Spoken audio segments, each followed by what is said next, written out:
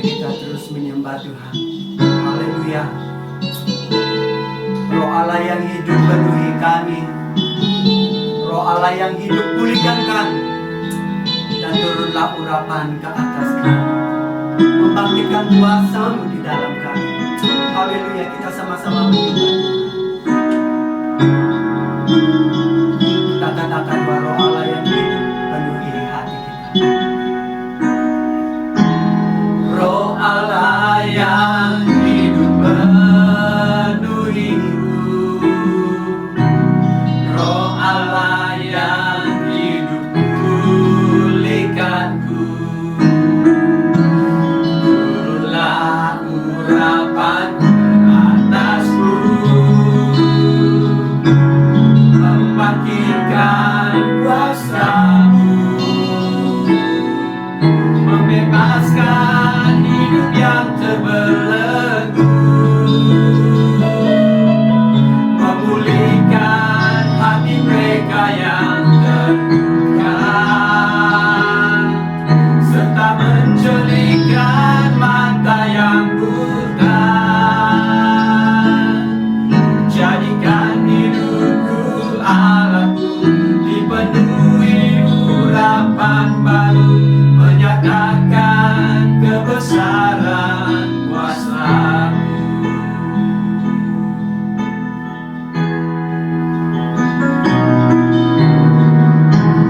Roh Allah yang hidup penuhiku,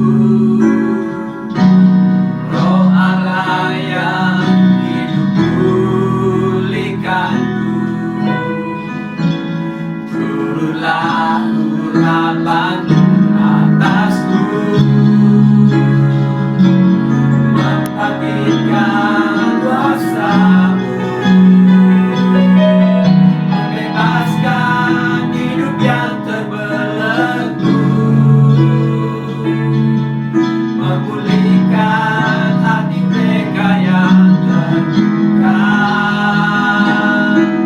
serta menjelikan mata yang buta. Jadikan hidupku Allahku dipenuhi urapan baru, menyatakan kebesaran kuasa-Mu, membebaskan hidup yang terbelenggu, membebaskan hidup yang terbelenggu, memulihkan hati mereka yang tertekan, serta menjadikan mata yang buta.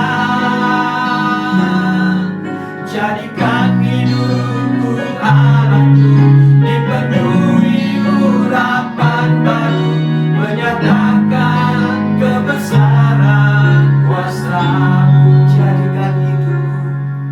Jadikan hidupku Allahku dipenuhi urapan baru, menyatakan kebesaran kuasa-Mu. Haleluya, Bapa, nyatakan kebesaran kuasa-Mu dalam hidup kami, pulihkan kami, Bapa, dan yang urapan Tuhan turun ke atas kami untuk membebaskan yang terbelenggu dan mencarikan mata yang buta, sehingga kami melihat bahwa Tuhan Roh Kudus-Mu mengalir di dalam kami. Haleluya, Yesus. Haleluya. Mengalirlah kuasa Roh Kudus, mengalirlah di tempat ini, mengalirlah, oh Roh Kudus.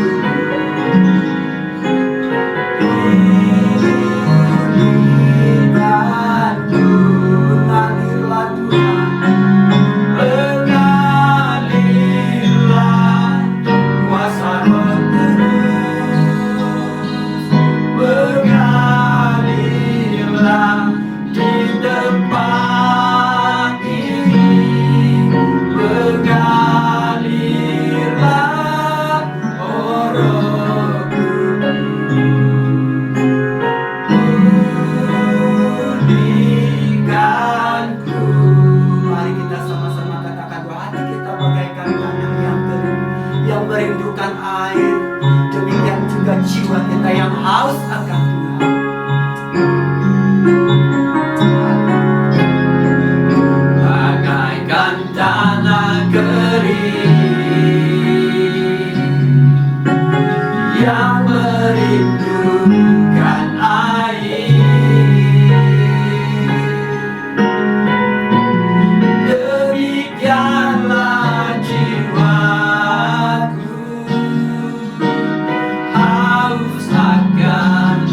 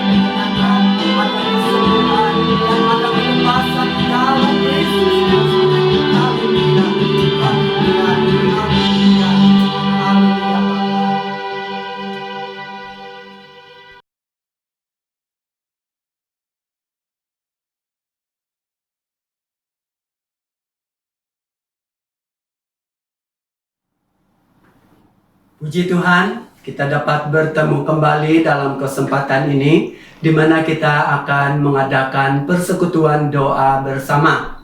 Nah, di dalam kesempatan ini juga saya mengucap syukur karena kesempatan untuk kita dapat bertemu di dalam keadaan yang sehat, kekuatan yang telah Tuhan berikan. Dan semua itu harus kita mengucap syukur kepada Tuhan karena hanya anugerah Tuhanlah yang menyertai kita dan memampukan kita untuk memiliki semuanya.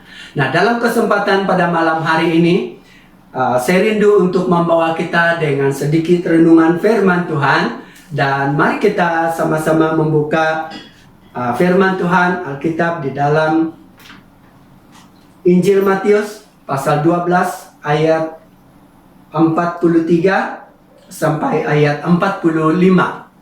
Jadi yang belum mendapat, di dalam Injil Matius pasal 25 ayat 43 sampai 45. Jadi tulisan yang besar di atas adalah kembalinya roh jahat. Jadi saya akan membaca dan kita semua mengiring di dalam Alkitab kita masing-masing. Ayat 43. Apabila roh jahat keluar dari manusia, ia pun mengembara ke tempat-tempat yang tandus mencari perhentian, tetapi ia tidak mendapatnya. Lalu ia berkata, "Aku akan kembali ke rumah yang telah kutinggalkan itu." Maka pergilah ia dan mendapati rumah itu kosong, bersih, tersapu, dan rapi teratur. Lalu ia keluar dan mengajak 7 roh lain yang lebih jahat daripadanya, dan mereka masuk dan berdiam di situ. Maka akhirnya keadaan orang itu lebih buruk daripada keadaannya semula. Demikian juga akan berlaku atas angkatan yang jahat ini. Baik, mari kita berdoa. Tuhan Bapa kami dalam kerajaan surga, saat ini kami membuka pikiran dan hati kami untuk mempelajari firman Tuhan. Dan kami mengundang Roh Kudus-Mu menjadi guru yang menuntun kami untuk mengerti dan memahami bagian firman Tuhan yang kami pelajari pada saat ini. Kiranya Tuhan, Engkau menjernihkan hati kami agar kami dapat mengerti sebagaimana Engkau hendak kami mengerti, supaya firman Tuhan diam di dalam kami dan menguatkan kami.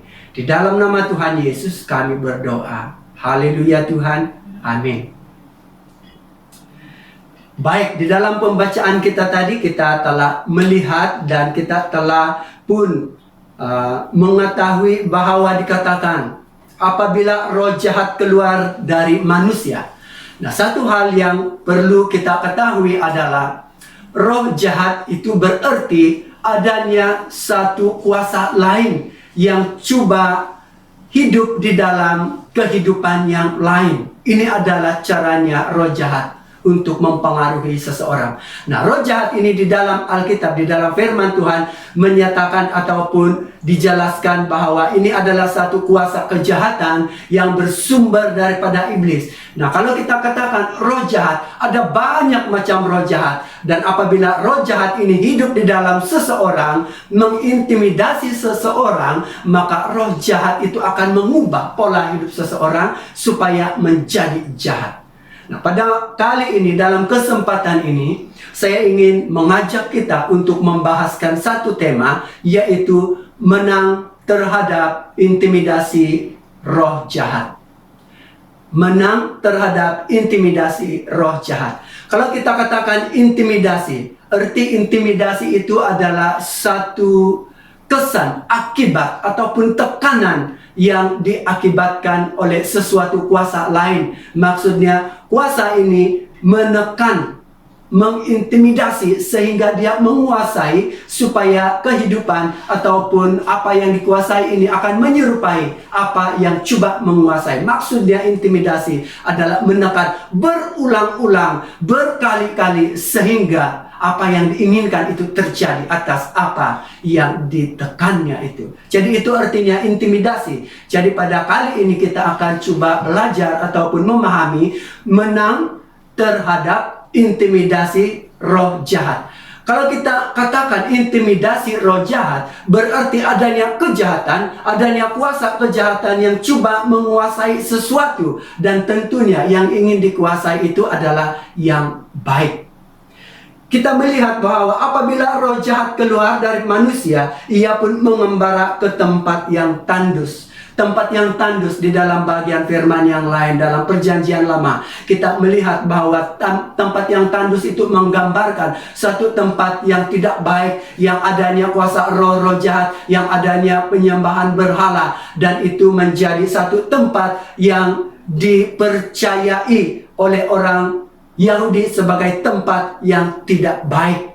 Nah, kalau dikatakan di sini bahwa roh jahat juga tidak tertarik kepada tempat yang tandus, apalagi kita sebagai manusia, kita sentiasa menginginkan sesuatu yang baik. Tetapi dalam hal ini, dalam petikan firman Tuhan yang kita dengar atau kita baca tadi, kita melihat bahwa apabila roh jahat keluar daripada manusia. Nah, ini menarik. Mengapa roh jahat memilih keluar daripada manusia? Nah, di sini kita melihat dan kita coba memahami bahwa roh jahat apabila dia masuk di dalam seseorang, apabila dia merasuk, apabila dia coba menguasai seseorang, dia tidak akan meninggalkan orang itu. Dia tidak akan keluar dari sana sebelum dia mencapai apa yang diinginkannya. Karena itu dikatakan bahwa roh jahat coba menguasai semua orang yang percaya supaya mereka hidup jauh daripada Allah. Itulah rencana roh-roh jahat ini, menyesatkan dan ingin membawa manusia jauh daripada Allah. Dalam arti kata, memisahkan manusia daripada Allah. Nah, mari kita lihat seterusnya. Apabila roh jahat keluar daripada manusia dan ia mengembara dan pergi ke tempat yang tandus mencari tempat perhentian, dan ia tidak mendapatkannya. Nah, dia tidak mendapatkannya berarti apa yang ditinggalkannya sebelum ini adalah sesuatu tempat yang menyenangkan bagi roh jahat ini. Nah, kalau roh jahat mau tinggal di sesuatu tempat itu dan dia senang di sana, berarti dia berhasil mengintimidasi seseorang dalam hidup seseorang itu. Kalau kita melihat di dalam bagian lain firman Tuhan, di dalam Markus pasal 9 ayat 18, kita boleh melihat di sana apa kesan yang terjadi kepada orang yang diintimidasi oleh kuasa roh jahat. Dia menghempas orang itu, membawanya ke air, membawanya ke api, dan dia membuatnya sengsara. Sehingga orang yang diintimidasi ini tidak ada kebebasan lagi, tetapi dia akan melakukan apa yang diinginkan roh jahat ini. Roh jahat ini menguasai kehidupannya. Saudara yang dikasihi di dalam Tuhan Yesus Kristus, pada waktu ini kita harus menyadari bahwa tujuan roh jahat di dalam kehidupan manusia, terutama orang yang percaya, adalah memutuskan hubungan orang itu daripada Tuhan. Memutuskan hubungan orang itu daripada menikmati anugerah Tuhan. Itu yang coba dilakukan oleh roh jahat ini. Jadi mari kita terus di dalam pelajaran kita pada hari ini. Dan di dalam ayat 44, lalu ia berkata, aku akan kembali ke rumah yang telah kutinggalkan itu. Roh jahat itu merasa sayang meninggalkan rumahnya. Dia klaimkan rumahnya. Wah, saudara-saudari yang dikasih di dalam Yesus Kristus, kalau roh jahat mengklaimkan bahwa seseorang itu, tubuh seseorang itu adalah rumahnya, kita akan melihat bahwa alangkah dahsyatnya yang terjadi kepada orang itu, kehidupan orang itu, alangkah sengsaranya orang itu hidup di bawah intimidasi kuasa roh jahat. Nah, untuk keluar daripada situasi ini tidak lain dan tidak bukan bahwa kita memerlukan pertolongan daripada Tuhan Yesus. Hanya dengan kuasa Tuhan Yesus saja kita dapat mengatasi, kita dapat menang terhadap roh jahat. Nah, sebagai orang percaya kepada Tuhan Yesus Kristus, tidak mungkin ada seseorang di antara kita yang mau memberikan tubuhnya, yang mau memberikan dirinya dikuasai oleh roh jahat ini. Karena itulah kita harus kembali kepada firman Tuhan dan memohon perlindungan Tuhan. Kita memohon pertolongan Tuhan supaya apapun intimidasi kuasa roh jahat ini tidak dapat menguasai kehidupan kita, tidak dapat memisahkan pikiran kita, tidak dapat memisahkan hati kita daripada mengasihi Tuhan. Ini sangat penting dalam hidup kita sebagai orang percaya pada Tuhan. Pada zaman sekarang ini juga kita melihat bahwa adanya orang-orang Kristen yang masih hidup di bawah intimidasi kuasa roh jahat. Mengapa mereka masih hidup di dalam ataupun di bawah intimidasi kuasa roh jahat ini? Karena satu, mereka juga sudah mulai mengasihi dunia ini. Mereka sudah mulai mengasihi apa yang ada di dalam dunia ini. Sehingga tanpa mereka sadari, mereka sudah mulai berjalan di bawah intimidasi kuasa roh jahat ini. Sehingga karakter kehidupan mereka itu diubah menjadi karakternya roh jahat. Menjadi karakternya iblis, menjadi karakter yang tidak berkenaan di hadapan Tuhan. Sehingga orang-orang yang seperti itu, Tuhan mengatakan di dalam Yohanes pasal 8 ayat 48, Tuhan mengatakan dengan keras di sini bahwa iblislah yang menjadi bapamu. Kalau Tuhan mengatakan demikian, alangkah sedihnya hati Tuhan melihat kehidupan orang yang sedemikian, tidak mau bersekutu dengan Tuhan, tidak mau mengakui kasih dan karya Tuhan Yesus Kristus dalam kehidupan mereka, sehingga anugerah itu mereka gunakan untuk menjalani kehidupan di bawah intimidasi kuasa roh jahat.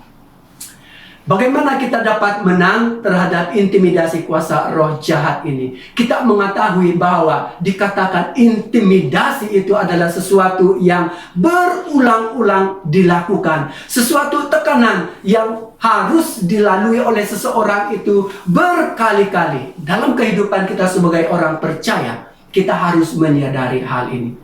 Pada saat kita bertobat, kita memisahkan hidup kita daripada yang jahat dan kita mulai mendengar firman Tuhan. Kita mulai memusatkan hidup kita kepada Tuhan, perhatian kita kepada Tuhan, hati kita kepada Tuhan. Tetapi ketika kita tidak menyadari bahwa adanya kuasa dalam pengampunan, adanya kuasa di dalam pertobatan itu, kita akan mulai perlahan-lahan akan terus diintimidasi oleh kuasa roh jahat, sehingga kita mulai jatuh lagi karena karakter, karena keadaan hidup kita yang sudah dikuasai oleh roh jahat itu sudah sebati, hampir sebati di dalam kehidupan kita, sehingga kita mulai mengasihi kehidupan itu. Dan hal inilah yang membuktikan bahwa iblis benar-benar menginginkan kehidupan kita jauh daripada Tuhan, sehingga ia harus terus-menerus mengintimidasi kita. Nah, bagaimana dia mengintimidasi kita? Dia juga tahu apa yang menjadi kesukaan kita, apa yang menjadi keinginan kita, apa yang membuat kita sangat-sangat tertarik kepada sesuatu. Dan semua hal ini digunakan oleh roh jahat ini. Kalau kita melihat di dalam terjemahan roh jahat ini, kita akan melihat bahwa adanya roh-roh yang mempunyai karakter, mempunyai sifat yang berlainan. Dan mereka ini dijelaskan dengan nama sesuai dengan perbuatan mereka. Kita akan melihat bahwa intimidasi roh jahat ini sesuai dengan karakter mereka akan dipindahkan kepada orang percaya, sehingga mereka akan jauh daripada Tuhan. Ini saja visi roh jahat di dalam kehidupan orang yang percaya. Nah, sebagai orang yang percaya, kita harus menyadari bahwa kuasa roh-roh jahat ini yang dikepalai oleh kuasa iblis ini sebenarnya mensasarkan manusia. Karena roh jahat tahu bahwa pada akhirnya dia akan dihukum di dalam penghukuman kekal. Karena itu kita melihat satu peristiwa di dalam firman Tuhan. Peristiwa di Gerasa. Sedangkan roh jahat itu berkata kepada Tuhan Yesus, "Yesus, apakah kau mau menghukum kami sebelum waktunya?" Ini membuktikan bahwa roh jahat, mereka tahu bahwa mereka akhirnya hidup di dalam penghukuman. Sebab itu tidak ada cara lain, mereka harus mengintimidasi kita sebagai anak-anak Tuhan supaya kita jatuh ke dalam perbuatan dosa. Nah, apabila kuasa roh jahat ini berhasil mengintimidasi seseorang, maka seseorang itu akan mulai berubah dalam kehidupannya. Dia akan tidak menghasilkan lagi, tidak mampu menghasilkan kebenaran, tidak mampu menghasilkan apa yang berkenaan di hadapan Tuhan, tetapi dia akan menghasilkan apa yang dikehendakkan oleh roh jahat yang ada di dalam hatinya itu. Karena itulah kita juga harus memisahkan tentang intimidasi kuasa roh jahat ini daripada kehidupan orang yang belum mengenal Tuhan. Maksudnya di sini adalah orang yang hidup di bawah intimidasi kuasa roh jahat, mereka dikuasai oleh roh jahat. Tetapi apabila orang yang memang jahat tidak tahu tentang kebenaran di dalam Tuhan, dia sendiri melakukan kejahatan tanpa intimidasi kuasa roh jahat ini. Dan orang Kristen, orang percaya kepada Tuhan Yesus harus menyadari bahwa tidak semua sifat buruk yang ada di dalam kehidupan kita itu sebenarnya adalah intimidasi kuasa roh jahat. Tetapi kita harus berusaha mengenal manakah sikap yang membuahkan kebaikan. Setiap sikap yang membuahkan keburukan itu adalah sikap-sikap yang belum dikuduskan untuk Tuhan. Kita harus juga mengetahui bahwa ada banyak orang Kristen yang lahir dalam keluarga Kristen, yang lahir sudah sejak lahir hidup di dalam komuniti orang percaya. Kita harus menyadari tanpa pertobatan kita masih berada di bawah kuasa dosa. Bagaimana kuasa dosa ini ada di dalam kehidupan kita sedangkan kita lahir dalam keluarga Kristen tanpa intimidasi sekalipun? Karena itulah sikap dosa yang diwarisi itu masih ada tertanam di dalam kehidupan manusia duniawi kita. Karena itulah kita harus memisahkan sikap hidup ini dengan datang kepada Tuhan. Karena hanya Tuhanlah jalan kepada pembebasan setiap orang yang mau datang kepada Tuhan, yang mau memberikan hidup mereka untuk mengalami kemenangan. Karena itulah kita harus berusaha untuk menjangkau Tuhan di dalam kehidupan kita, berusaha melakukan firman Tuhan di dalam kehidupan kita melalui pertobatan.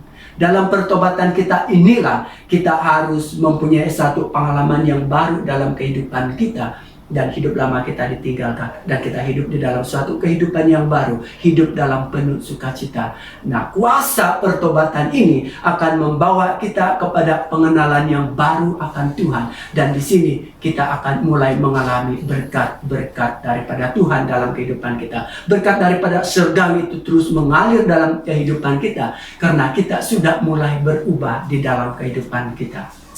Galatia 5:22 itu kan kita selalu mendengar buah-buah roh. Bagaimana kita menghasilkan buah yang baik tanpa kita mengetahui kebenaran? Setiap orang yang hidupnya masih diintimidasi oleh kuasa roh jahat tidak berupaya menghasilkan buah yang baik di dalam hidupnya. Karena itu kita harus kembali kepada Tuhan, kembali kepada firman Tuhan, dan kita mengatakan, Tuhan, inilah hatiku, masuk dalam hatiku, bertakhtalah, dan Engkau yang menguasai hidupku. Bukannya iblis ataupun bukannya roh jahat tadi. Di dalam ayat 45, lalu ia keluar dan mengajak 7 roh lain yang lebih jahat daripadanya, dan mereka masuk dan berdiam di situ. Ini menunjukkan akibat. Setelah roh jahat ini berhasil mengintimidasi seseorang, dan inilah yang terjadi. Pertobatan yang tidak sungguh-sungguh itu akan membuka ruang kepada roh jahat untuk kembali lagi. Kita tidak heran, banyak orang berusaha untuk bertobat. Mereka coba hidup di dalam anugerah Tuhan Yesus Kristus, tetapi mereka masih tidak dapat melepaskan sifat tabiat dosa di dalam hidup mereka. Mengapa mereka tidak dapat melepaskan? Karena itu adalah ujian yang harus kita lewati bersama dengan Tuhan. Tanpa Tuhan, kita tidak dapat melewati ujian yang datang kepada kita itu dengan kekuatan kita. Karena itu, kita perlukan Tuhan menjadi pemimpin kita. Kita perlukan Roh Kudus memimpin hidup kita untuk terus berjalan di dalam rencana Tuhan. Nah, kalau dikatakan di situ dia mengajak 7 roh yang lainnya, ini menunjukkan bahwa pertobatan yang tidak sejati itu pada akhirnya mereka jatuh ke dalam dosa semula dan mereka akan lebih jahat daripada yang pertama. Maksudnya yang pertama di sini hanya ada 1 roh jahat yang menguasai kehidupannya, dan setelah melalui pertobatan, melalui pengusiran, roh jahat ini keluar. Dia bukan suka-suka meninggalkan seseorang, tapi dia diusir keluar sehingga Tuhan masuk ke dalam hati orang ini. Tetapi oleh karena hati kita masih mempunyai kelemahan terhadap ketertarikan kita terhadap tabiat dan sifat dosa, akhirnya tanpa kita sadari kita mulai jatuh di dalam intimidasi kuasa roh jahat. Nah, di sini kejahatan itu sudah berlipat kali ganda karena intimidasi kuasa roh jahat ini bukan saja dalam satu perkara, tetapi dalam 7 perkara perbuatan kejahatan lagi ditambahkan. Nah, di dalam hal inilah kita akan kelihatannya menjadi orang yang tidak berdaya menghadapi intimidasi kuasa roh jahat ini, sehingga setiap kali kita berusaha melepaskan diri, kita akan mengalami kesakitan, mengalami kesengsaraan, dan mengalami kelemahan. Dan seterusnya, bagaimana kita boleh melepaskan diri ataupun membebaskan kehidupan kita daripada intimidasi kuasa roh jahat?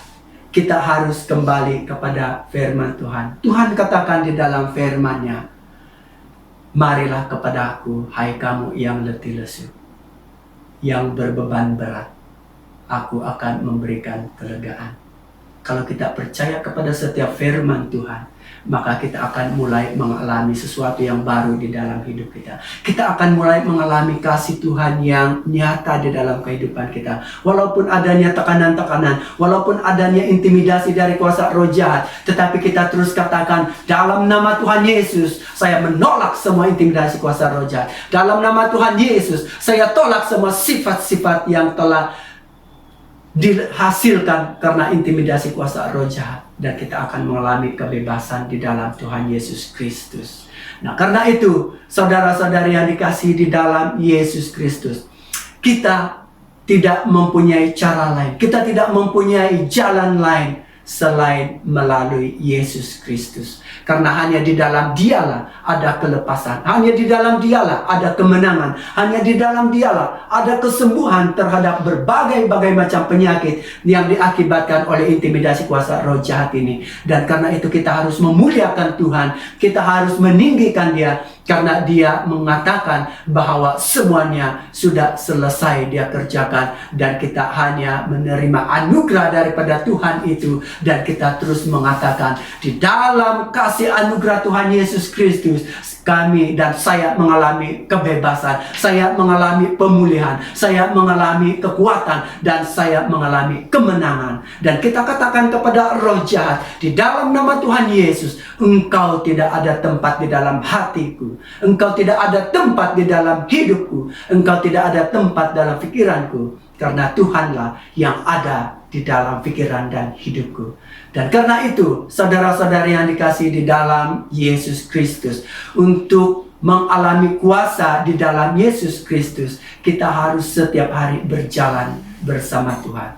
Kita berdoa, kita memuji Tuhan, kita terus merenungkan firman Tuhan, kita berusaha memahami rencana Tuhan di dalam hidup kita. Walaupun terkadang kita selalu tidak mengetahui apakah rencana Tuhan di dalam hidup ini secara sempurnanya, kita tidak mengetahui. Tetapi ketika kita menyerahkan hidup kita pada Tuhan, mulai melakukan firman Tuhan, Tuhan akan mulai menuntun kita.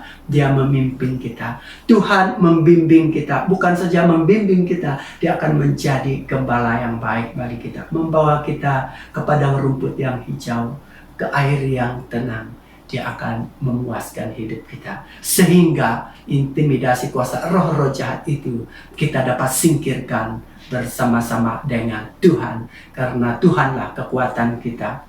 Nah, untuk mengakhiri renungan kita pada kali ini, saya rindu menekankan sekali lagi, jangan biarkan kuasa roh jahat mengintimidasi kita. Kita lihat di dalam Yakobus pasal 4 ayat 7. Di situ dikatakan, lawanlah iblis dengan menundukkan hidup kita, menundukkan diri kita di bawah salib Kristus, dan kita akan menang atas iblis. Ketika kita melawan iblis, dia akan lari daripada kita. Baik, mari kita berdoa mengucap syukur atas bagian firman Tuhan yang sudah kita dengar bersama. Bapa, kami mengucap syukur atas bagian firman-Mu yang sudah kami dengar bersama dalam kesempatan ini. Kiranya Tuhan terus menguatkan kami untuk hidup menurut firman Tuhan. Kuatkan kami terhadap intimidasi kuasa roh-roh jahat, supaya kami tidak tunduk, tetapi terus menang terhadap intimidasi kuasa roh jahat. Sehingga dalam kehidupan kami terus menyatakan tentang kemenangan dan kelepasan di dalam Yesus Kristus. Di dalam dan atas nama Tuhan Yesus, kami berdoa dan mengucap syukur. Mohon semua ini. Amin. Haleluya. Demikianlah firman Tuhan yang sudah kita nikmati pada hari ini, di mana kita telah mendengar bagaimana kehidupan kita menang atas intimidasi kuasa roh jahat. Walaupun kita tidak dapat terus berharap atas kenyataan hidup kita, tetapi di dalam Tuhan Yesus kita ada kemenangan. Di dalam Tuhan Yesus ada rencana yang sempurna untuk kita. Mari kita bikin bahagia sebelum kita berdoa. Walau ku tak dapat melihat semua rencana-Mu, namun hatiku tetap memandang padamu. Kau tuntun langkahku, walau ku tak dapat berharap atas kenyataan hidup, namun hatiku tetap memandang padamu. Kau ada untukku. Dalam kesempatan ini mari kita berdoa.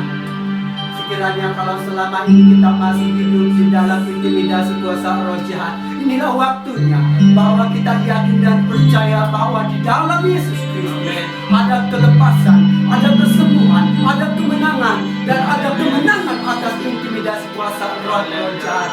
Karena itu pada malam hari ini mari kita buka hati kita menyerahkan dalam tangan kita bahwa Tuhanlah kekuatan kita. Dan yang pertama kita menyerahkan hati kita, dan yang kedua kita serahkan keluarga kita yang telah menuntun kita dalam kesukaran saat ini, di dalam segala kesusahan dan pergumulan hidup kita. Hanya Tuhanlah kekuatan kita. Dan kita terus berdoa, kita mengucap syukur karena semua gereja akan mulai beroperasi dalam waktu yang terdekat ini. Dan walau bagaimana sekalipun kita melihat bahwa di dalam kesesatan Tuhan membuka rumah-rumah untuk mengadakan ibadah, dan melalui streaming dan online kita juga berdoa supaya di mana saja mengadakan ibadah kita percaya Tuhan akan memberkati semua orang yang datang kepada Tuhan. Dan yang seterusnya kita berdoa, kita serahkan anak-anak kita yang terjejas pelajaran mereka karena PKP yang telah dilaksanakan. Kita berdoa Tuhan sumber hikmat, Tuhan sumber kepandaian, melengkapkan hikmat mereka, memberikan kepada mereka kepandaian supaya mereka tidak tercicir di dalam ilmu pengetahuan, tetapi mereka akan terus bergerak maju dalam kehidupan mereka. Dan kita berdoa menyerahkan semua hamba-hamba Tuhan yang giat melayani di sepanjang PKP ini, semua gereja-gereja yang terpaksa ditutup, dan kita berdoa supaya di mana saja hamba Tuhan melayani, mereka terus diberikan kuasa, otoritas daripada surga untuk melenyapkan intimidasi kuasa roh jahat dan membebaskan semua orang yang terbelenggu oleh karena siasat kuasa roh jahat. Mari kita berdoa. Haleluya. Tuhan Allah Bapa kami dalam kerajaan surga, dalam kesempatan ini kami berdoa, kami menyerahkan yang pada saat ini anak-anak Tuhan yang mau melepaskan hidup mereka, melepaskan diri mereka daripada intimidasi kuasa roh-roh jahat. Tuhan kami berdoa, Engkau mengenal, Engkau melihat, Engkau bekerja dalam hidup mereka. Berikan kekuatan kepada mereka untuk mereka melepaskan diri mereka daripada intimidasi kuasa roh jahat, baik yang tertanam di dalam pikiran mereka, yang tertanam di dalam sikap, di dalam karakter, dalam gaya hidup sehari-hari. Kami berdoa pada saat ini yang mau melepaskan semua itu. dalam nama Tuhan Yesus dilepaskan. Kami berdoa dalam nama Tuhan Yesus dilepaskan. Kami klaimkan kemenangan, kesembuhan, kelepasan terjadi hanya karena Tuhan mau melawan hidup mereka yang berserah kepada Tuhan. Bapa, kami mengucap syukur karena pada saat ini kami akan mulai mengadakan ibadah kami di setiap gereja. Kami tahu bahwa krisis kesehatan yang sudah melanda negara kami sudah mulai berlalu, dan semua ini karena pertolongan Tuhan. Kami mengucap syukur karena Tuhan telah memimpin semua umat Tuhan, gereja-gereja Tuhan, keluarga orang percaya, daripada anak yang kecil sampai kepada dewasa dan orang tua. Tuhan telah melindungi. Karena itu kami mengucap syukur. Berkati gereja-gereja Tuhan yang sedang bersiap untuk mengadakan ibadah di gereja, apapun SOP yang harus dipatuhi. Kami berdoa Tuhan berikan hikmat kepada setiap pemimpin gereja agar mereka melakukan tugas pelayanan dengan mematuhi SOP dengan penuh kesabaran, karena Tuhan mengasihi orang yang bersabar dalam kesesatan. Tuhan, kami juga berdoa menyerahkan di dalam tangan Tuhan anak-anak kami yang bersekolah yang saat ini sedang berjejas pelajaran mereka oleh karena PKP yang diperkenalkan di seluruh negara kami. Tuhan, Engkau berkati setiap anak-anak kami, karena kami percaya ketika mereka mengandalkan Tuhan, tidak ada yang sukar bagi Tuhan. Justru Tuhan akan menambahkan kepada mereka hikmat, karena Engkau mengatakan takut akan Tuhan adalah sumber pengetahuan dan hikmat. Karena itu Bapa, pimpin setiap anak-anak kami yang berserah kepadamu, supaya Tuhan menuntun hidup mereka, menyempurnakan hikmat mereka, memberikan mereka akal budi yang baik, memberikan mereka pengetahuan, memberikan mereka hikmat di dalam segala keperluan ilmu yang mereka perlu pelajari, supaya Tuhan sendiri menyempurnakan dalam kehidupan mereka. Kami juga berdoa menyerahkan jemaat kami yang bertugas sebagai guru-guru yang akan memulaikan pekerjaan mereka dengan mengadakan pendidikan secara online ataupun juga kerja-kerja di sekolah. Tuhan berkati mereka supaya sistem pendidikan di seluruh negara kami dipulihkan kembali dan tidak akan dapat dijajaskan oleh karena krisis kesehatan yang terjadi. Karena kami sudah mengatakan bahwa segala krisis kesehatan yang terjadi menjadi sebab dan wabah yang menular, dalam nama Tuhan Yesus kuasanya dilumpuhkan, pengaruhnya dihancurkan, dan biarkan kuasa Tuhan akan menyatakan tepat pada waktu gereja Tuhan dan semua umat-umat Tuhan akan kembali berkumpul memuji dan memuliakan Tuhan. Karena itu Bapa, kami sangat bersyukur dan bersukacita, karena sepanjang waktu kami tidak dapat bertemu satu dari yang lain secara muka dengan muka, tetapi Tuhan menghibur kami melalui firman-Mu, melalui pelayanan hamba-hamba Tuhan, baik sebagai kepala gereja, sebagai penginjil, baik sebagai ketua-ketua di rumah doa, dan baik sebagai guru-guru di sekolah teologi. Tuhan berkati supaya semua pelayanan di seluruh negara kami kembali kepada posisinya, karena Tuhan yang mengatur sesuai dengan rencana-Mu bagi kami. Bapa, berkati kerajaan negara kami Malaysia, supaya setiap umat-Mu yang ada di negara ini tetap menikmati kemakmuran, karena hikmat yang daripada Tuhan Engkau berikan kepada pemimpin negara kami, terutama orang yang hidup takut akan Tuhan, sehingga mereka menjadi teladan Kristus di tengah dunia yang penuh dengan krisis ini. Sekali lagi kami berdoa, sekiranya Tuhan ada intimidasi kuasa roh-roh jahat, baik di dalam keluarga, di dalam komuniti orang percaya, ataupun di mana saja Tuhan hamba-hamba Tuhan melayani, kami berdoa melalui kunjungan firman Tuhan oleh hamba-hamba-Mu, ada kelepasan yang terjadi, sehingga dimanapun juga Tuhan orang yang menyerukan nama Tuhan, mereka akan mengalami kemenangan, sukacita, kelepasan, dan Tuhan akan menyatakan bahwa Engkaulah Tuhan di atas segalanya. Haleluya, haleluya Yesus. Dalam nama Tuhan Yesus kami berdoa dan mengucap syukur. Walau ku tidak dapat